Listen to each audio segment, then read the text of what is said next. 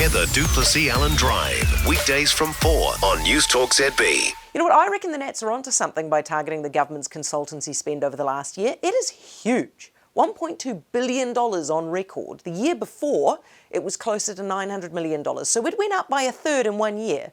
Now that should have set off alarm bells for anyone in the beehive, but they just seem to have pushed on with it. Such is their attitude, I suspect, to using money.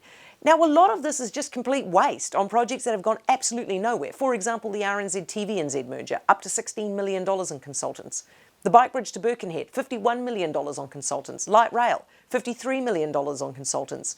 You and I have paid the mortgage of these consultants, but we have literally nothing to show for it. No bridge, no merger, no light rail yet, just wasted money. It's got so out of hand in Wellington that there are jokes about the fact that there are three branches of the government: the legislature, the judiciary, and Martin Jenkins. And by the way, Martin Jenkins isn't even one of the big consultancy firms. The big ones raking in the fees are Deloitte, KPMG, Ernst & Young, and PwC.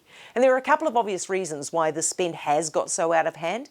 The first is that Labor has approached government like a drunk trying to prepare a dinner party. There's no clear plan, no idea where to start, just try to do everything all at once, and then of course end up botching it all. So it ended up with consultants basically chasing every harebrained idea that every junior minister had.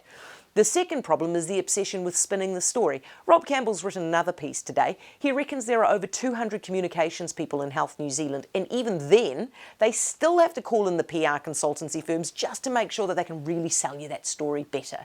Now, none of us are going to shed a tear if these consultancy firms lose contracts, right? Because we cancel stupid ideas that should never be explored, and because we cut back on the PR doublespeak. Puts Labor in a difficult position, because either Labor has to fall into line and promise to cut the spending too, or they end up defending wasting taxpayer money.